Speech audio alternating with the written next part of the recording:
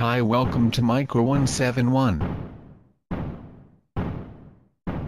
Theresa May will today unveil her new plan for Britain after she crushed Nicola Sturgeon's attempts to wreck Brexit, saying she will block a Scottish independence referendum until after we leave the EU.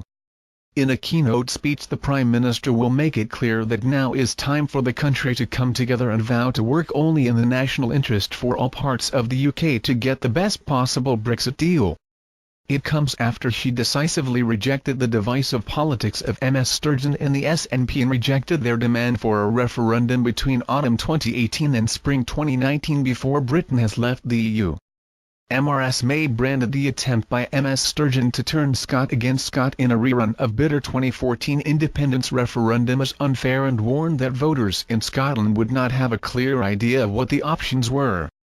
She added that now is not the right time to revisit Scotland's place in the UK, suggesting she could be open to another vote once Brexit is settled. Ms Sturgeon, who was a loser in both the independence referendum of 2014 and historic EU referendum last year, has become one of the leading Remainers unprepared to accept the result since Britain voted to end Brussels' rule. She claimed that her demand for a Scottish referendum was justified because Ms May has not acceded to her demands to let Scotland stay in the single market. But the confused Scottish First Minister has seen her policy in chaos in the days after announcing her demand on Monday, first having to accept that Scotland would have to apply to rejoin the EU and then being told by Iceland that it will not automatically be allowed into the European Free Trade Association.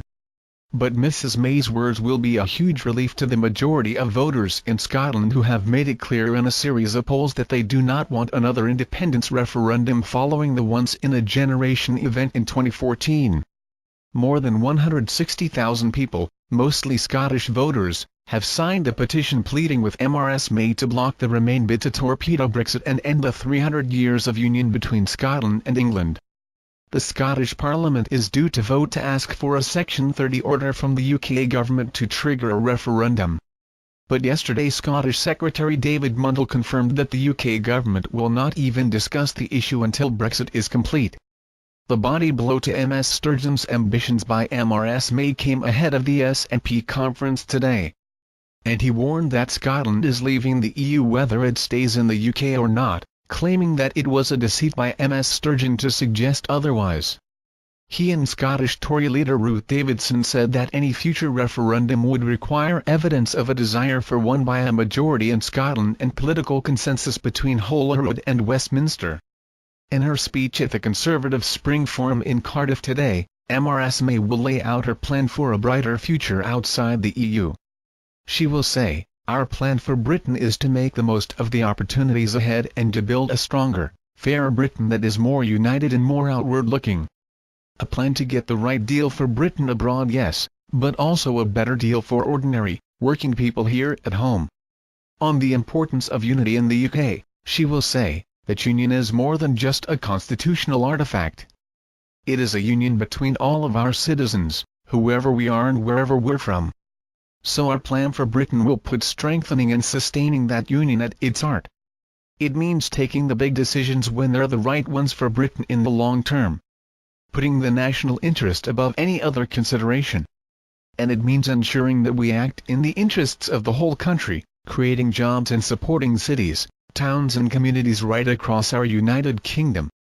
Reflecting on the EU referendum result, she will say that it was not just a vote to leave the European Union.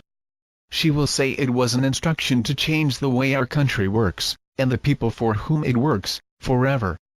Continuing her optimistic vision, she will say, "We will get the right deal for Britain abroad, forging a new partnership with our friends and allies in Europe, but looking beyond Europe to build relationships with old friends and new allies around the world too."